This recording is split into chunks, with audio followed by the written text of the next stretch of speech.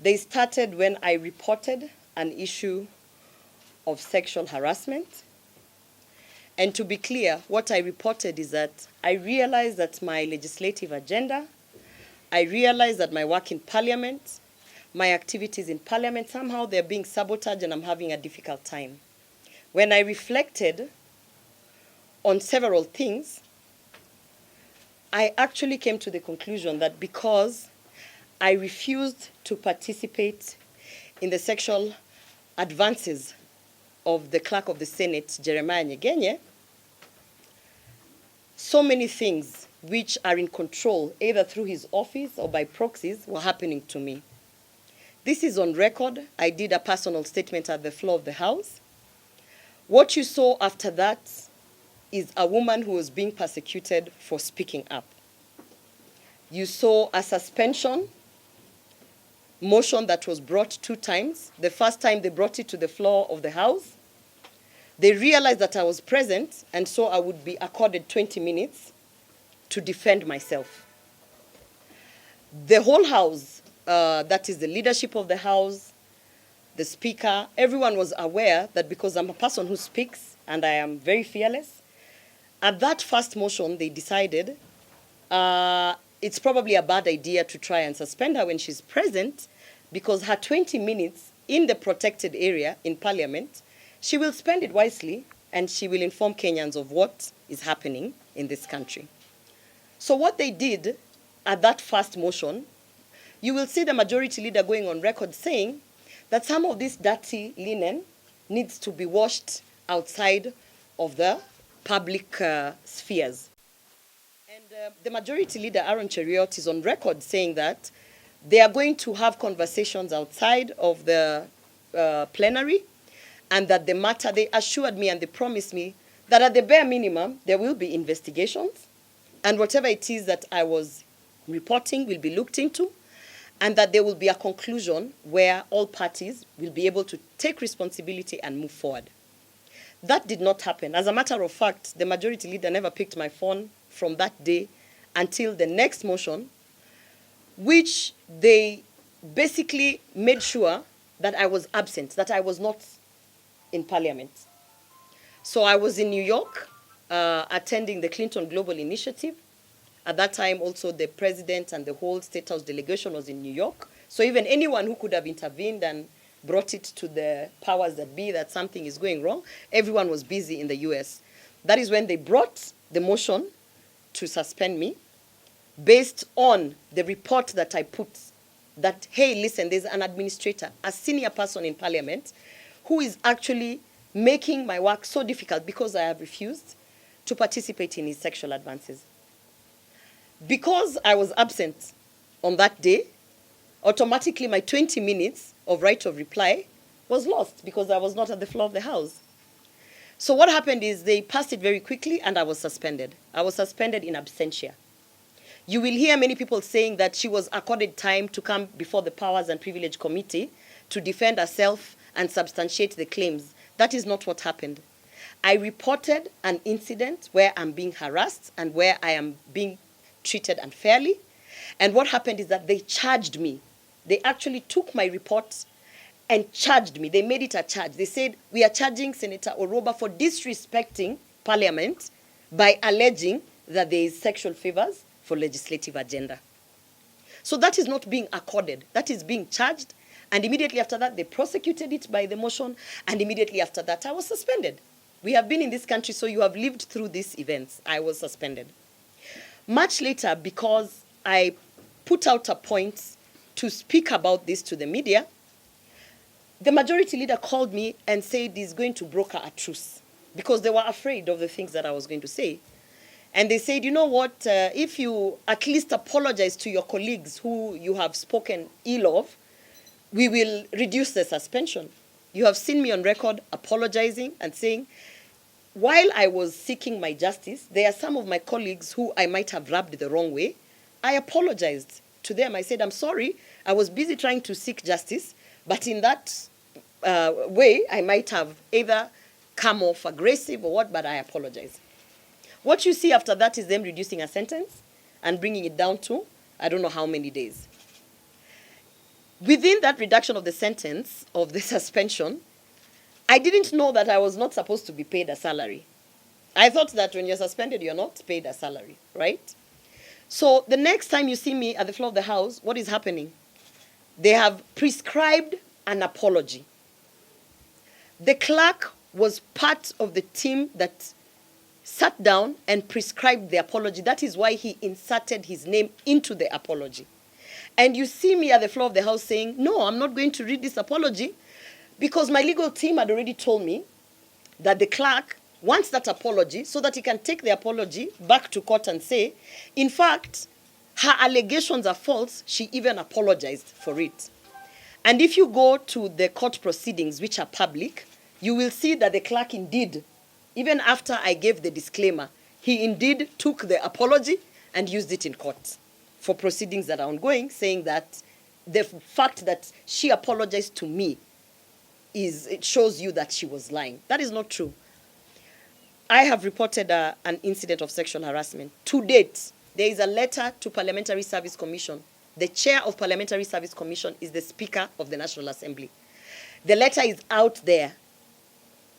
He chose not to act on it. At the bare minimum, in any workplace, at least an investigation must be conducted. I have been saying that if you think I'm lying, let the travel report of the Senate be released. Because then you will see that at the point when United Nations invited me to Brussels to the 53rd Assembly, the clerk gave an advisory that there is no money, yet there are people who are sent to the same forum. You will see this kind of shenanigans in terms of sex in exchange for trips, sexual favors in exchange for legislative agenda, sexual favors in exchange for all sorts of things, including office premises and locations. That is what I have been saying. Not one single entity has investigated this. I asked to be given the travel report, which is in the custody of the clerk of the Senate. He is the custodian of the evidence that will show you that there's a lot of favoritism towards certain senators. We are 16 nominated women senators in the Senate. We have 3 elected women senators. As the Fourth Estate, I challenge you to go and try and get data of how many of these people travel, how frequent they travel, why are they traveling, who is approving those trips.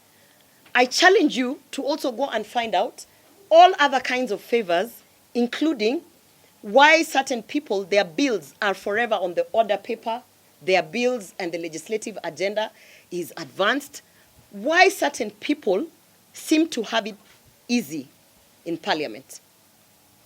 I didn't want to take it there, but I respect the courts, I respect the judicial system. You are aware that the judgment of the defamation is out and that I have been fined 10 million for defaming the clerk of the Senate. I respect the judicial system. I know, because I am not new to the legal system, that there are many legal loopholes which criminals have been using to get these favorable judgments. Because they always say the law is an ass, right? There are many legal loopholes. And I understand and I know the legal loophole that the clerk of the Senate used. He made sure that he will influence that my motion to suspend me would come when I'm absent.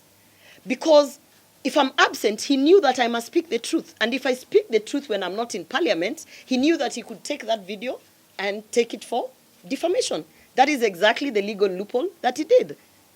So his whole evidence is based on a video that I did in response to an already public engagement. It was already in Parliament being discussed that the clerk of the Senate is fighting with Senator Orwoba because Senator Orwoba has said that the clerk of the Senate, you know, is making her life hell because he's not, I'm not playing ball. It was already in public through the parliamentary proceeding. He did not sue Parliament because he cannot sue Parliament. But he waited for me to respond because he knew that I had to respond which I did, and that is the video that he took to take for the defamation. So I respect the process, the court proceedings. However, I don't agree with it, and that is why our country, we have an opportunity to appeal. So I have appealed, and I am appealing. And my legal team has taken it. Even the 10 million is absurd. It is meant to scare any member of parliament who thinks that they will wake up and say, this is true, this is happening. It is meant to scare any woman. Where we are today, and this is my message today, to women out there, all the women in Kenya, nobody is going to fight for you. You see some of us legislators going to Kericho to fight for the women who are working in the tea plantations. You have had the issue of sex for work. How can I go and fight for a woman in Kericho when I cannot fight for myself in parliament? We all know very well the culture that has been bred in these spaces. It's not only in Kericho. It is in EPZ. It is in all these workplaces. It is in our homes, where even our domestic staff members are subjected and put to a corner. We have seen politicians of high standing, veteran politicians, being told to turn around so that their behinds can be seen. We saw it the other day. The objectifying of women, it's become such a norm. Because if you raise your head and say, this is wrong, they suspend you, they illegally try to remove you from Senate, they hit you with a 10 million bill. But I want to say this. Wangari Maathai did not strip in Uhuru Park because it was easy, right? Nobody said it would be easy. There is a price to pay to end the culture of sexual harassment. And I'm willing to pay that price. And I'm willing to pick up that fight. And I'm willing and I'm ready. And if they thought that is what is going to silence me, that will not silence me, because I know there are staff members in parliament who are raped in that parliament. Staff members who work there. Any sexual engagement that is non-consensual, that someone has not put their consent, that they have been backed to a corner, like we have seen our politicians on the platforms being told turn around, and they feel the pressure because, you know, who is this person and everything. That is rape. And I'm telling you, it is happening in parliament. And I'm not going to be quiet. I will speak about it. I mean, what else can they take away? Where I'm standing, I have served a suspension for 6 months. Where I'm standing, I have not been paid my salary forever, you know? Where I'm standing, I don't know how many court cases because of speaking up. Where I'm standing, my own political party does not like the guts that I can stand up and say this is wrong. What else will you take away from me? I know that you're sending me all sorts of signals, telling people to come and tell me that they will finish me. I know that there's a threat to my life. But I also know that there are so many women who are counting on me to keep my head up and to keep speaking the truth in times where many people will be harassed, intimidated, jailed, and even their lives taken away. Innocent Kenyans being shot because they dared to go to the street to even demonstrate. I know that. So I want to say this to Jeremiah Nyegenye. This is a battle that I will take to the end. Because what happened in parliament, to me, is just but the surface. The women in parliament are suffering. Take it from me. They are having to do things that they would otherwise not even speak up in public. And so therefore, it is just time to end that culture. I believe there's space for us to politic without all this sex for work nonsense. And if we can go out and fight for the women in the tea farms, in the industries, wherever, we have to start from the spaces that we are in. It is wrong. I will never conform to it. And so I remain strong. My legal team, thank you, my legal team, for the work that they are doing. We continue to fight the good fight. And as you can see, do I look defeated? I don't think I don't look defeated. So if they thought this would bring me down, again, I say it, as I've said it before, bring it on. The only thing that will end me here is that they will kill me. And that is a fight that we know we are ready. So in the event that I die, I want you to know that these are the battles that I am picking up and I am fighting, because I believe God put me there for a reason. The issue of sexual harassment in parliament is not limited to members of parliament. In fact, it is so rampant within the staff. When I mean the staff is we have staff members who are working for us there. And if they can do this to a senator, can you imagine an administrator trying to say that my boss tried to, put sexual advances and said if I want to travel, maybe I have to do ABCD? They cannot. It is a culture of silencing anyone who imagines that they can call it out. So it's rampant, it's there. I urge you to speak to the likes of Martha Karua and veteran politicians who have been in that house. They will tell you. I am not speaking from nowhere. It is there. And it has to be addressed. I even asked the leadership to put a sexual harassment policy and safeguarding measure. For instance, I am reporting someone, but I'm reporting him to himself. How is he going to take action against himself? They don't even have a policy. There's no sexual harassment reporting, mechanism. There's no safeguarding of victims. So any member of parliament right now who is looking at me will not even dare say that I think I was given a raw deal because of ABCD. They will shut their mouth, and that's not where we want to go as a country. I have not only senators, but members of the National Assembly who are supporting me. They are afraid because they have seen what is happening to me. Not everybody has the luxury to be able to say, if that's the assignment, I walk away. People have responsibility financially with families. So I understand their position. They're supporting me in the background. And I understand why they'll be fearful. So yes, there are. And I also want to inform you that there are cabinet secretaries who are supporting me because they have been in these spaces and they know exactly what I'm talking about. But you will not see them because they are afraid. They're afraid of the repercussions, which I totally understand. Immediately the judgment came out. If you go online and look at the people pushing the narrative of where will she get 10 million to pay, it is the UDA party machinery. It is all political. And not only is it political, it's unfortunate that they would rather sacrifice the hundreds of women who are in parliament or in the spaces of leadership just so they can teach Senator Orwoba a lesson because they don't like people who speak out. But I am speaking out, and that's just who I am. Every time you ask a person who is a victim of a circumstance that if they don't want to play ball, they should resign, what are you pushing? What notion are you pushing?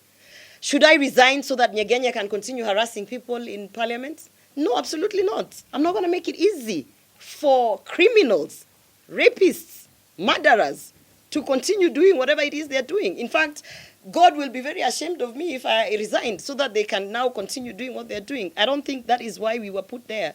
There's a purpose, and I believe the purpose is you are there to speak and ensure that those who have been having it easy, committing these atrocities, will actually, it's a stopgap measure. There's someone to say, no, we cannot continue with this. Otherwise, if I was to resign even before they suspended me and removed me, we would not be having this press conference. It's part of it, but not really. Because I've also spoken up against the fake jobs that Alfred Mutua is dishing out here. Yeah?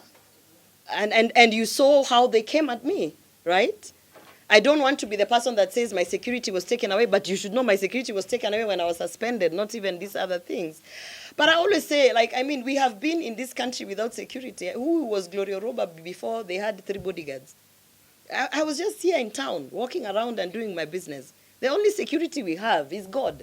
God is our security. And as I've said, I am willing, I am capable, and I am ready to fight the good fight. And the good fight for me now is I'm going to speak up against the things that have happened to me, that I know are happening to other people. And that's just the position that I am in right now. I've received many threats. Many threats. Every day I receive a threat. Every day I receive a threat to my life. My family has been threatened. Everybody around me has been, my staff members have been threatened. So we understand where we are in, but I also know that I cannot give in. Because if I give in, what are you people going to do? If I give in, what are the people in Kericho who are literally being raped in order to be given jobs. What are they going to do? So I can't give up. I can't give up, and I can't give in. So this is it. If you look at my report, I said, oh, this and this happened, and now because I refuse to play ball here, suddenly my trips are being cancelled. Suddenly my office is this and that. Suddenly there's this fight and that fight. And then I said, in fact, if you think I'm lying, why doesn't the clerk of the Senate, of the Speaker, just give to the public, give to Kenyans, the travel report? Because the first evidence is the travel report. If today Kenyans are told that these many billions of Kenya shillings have been spent by senators, don't you want to know who has been traveling, where they have been going, who they have been going with, how much they have been spending? That data is not rocket science. That is data that if it is put on the table here, we can say, hey, Senator Orwoba, how come all the time you're always traveling with so and so? And are you an expert in agriculture, security, sexual rights and reproductive health? Are you an expert in everything such that any trip that comes, you're the only person who can represent the Senate? You know? That is the first evidence. But who is the custodian of the evidence? It is the clerk of the Senate. He has refused, in writing, to give to the public and even to the Powers and Privilege Committee and even to the court the travel report, which will then also show you how much he spends, taxpayers' money. Because, you know, when you say sex for work, you have to understand it is a negotiation. The person in power has to have something to give. The thing that they are giving, which you don't see, is approvals of travel. The thing that they are giving, which you don't see, is your office can move from this corner to that corner.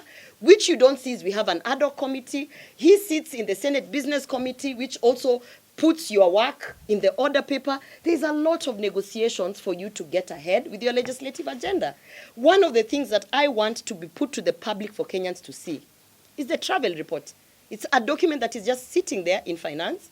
In fact, you should be able to see that Senator Gloria Orwoba, since she lifted the Bible, 2.5 years, this is how much she has spent on local travel, and this is how much she has spent on international travel.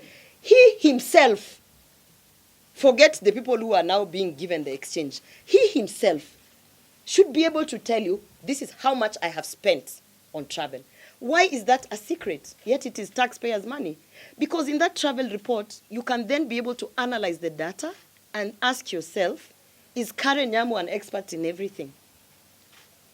No. And ask yourself, is this other nominated senator so special that she's an expert in everything? And ask yourself, did even Senator Orwoba need to go for that trip? She knows nothing about ABCD. This is the accountability. And in that report is my evidence of, ever since I refused to play ball, you can even see from the travel that legitimately the things that I have been called upon to speak and represent this country, they were not supported.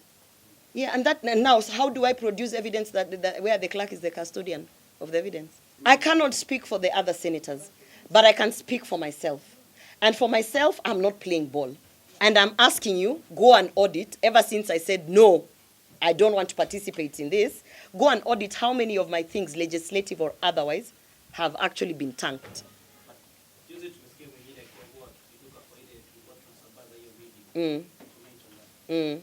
Isiyo ndio nimesema, ikifika mahali ambapo mpaka mwanasiasa kama yule Sabina Chege is not a first timer. Ikifika mahali kama yeye anapata hiyo pressure mpaka anaambiwa mbele ya watu pinduka na anajipata amepundika, unafaa ujiulize haswa ni nini hiyo inawafanya wanaogopa mpaka wanafanya vile vitu wanafanya. Kwa sababu Sabina Chege si mtu ambaye ameanza siasa jana. Sabina Chege hata kuna alikuwa mpaka sijui deputy party leader ama ni party leader wa Jubilee. Huyo ni mwanasiasa ambaye unasemaje kwa Kiswahili, veteran politician. Lakini inafika mahali mtu fulani anamwambia hebu penduka tuone pale nyuma vile ambavyo na anapenduka. Unafaa ujiulize ni nini kinafanyika pale.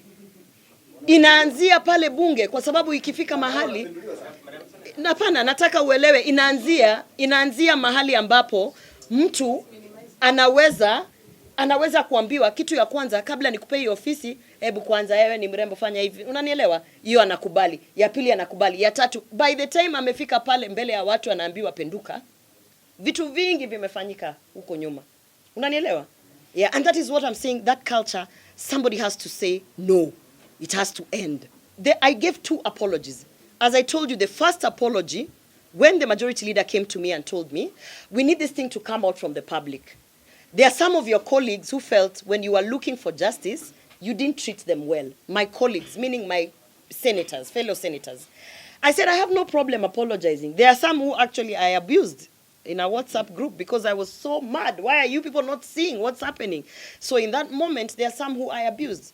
I apologized to them and said, I'm sorry. In my quest of seeking justice, I might have offended you, and I'm sorry. I can apologize any day for that. My second apology was a prescribed apology by the clerk of the Senate. He will come and deny it and say it is a committee that wrote it, but he supervises that committee. The secretariat reports to him. If I was suspended by the Senate as a house and the senators as my members, where does the clerk of the Senate and his name come into a prescribed apology? It was his generation. And when I refused to apologize, what happened is, thanks to Gen Z, thank you, Gen Z, they saw the wrong in it, they made a lot of noise, and there was so much pressure to end it. So I said I must put a disclaimer.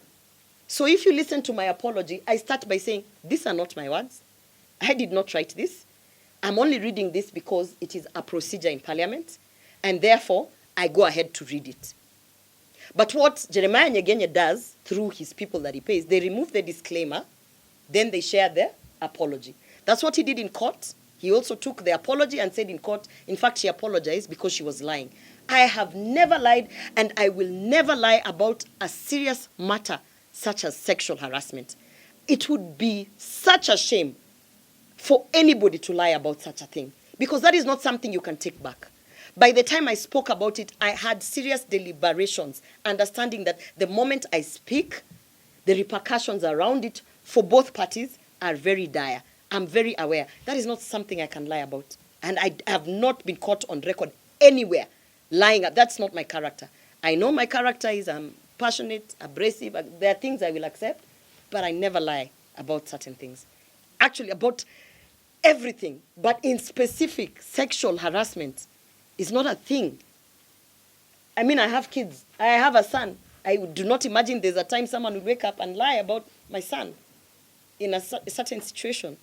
So let them just investigate it at the bare minimum, and at least accord other people in Parliament who are going through this a chance to feel that something is happening and there is an investigation, there's a policy, there's a safeguarding measure, at least so that even the women who are now very scared of speaking, they might not speak up, but they might get that relief that in the next 2 years or so, 25 months, they probably will not have to sleep with someone to change their office or something like that. Because I've also been advised, the moment I go and take an OB, that is where it begins. I mean, you people have seen, there are people who have been arraigned for terrorist activities because of political persecution. Yeah? So, I mean, let's also be honest, in the context that we are living in, I am not going to subject my family. Myself, I don't have an issue, but my family father to persecution. Yeah. Thank you.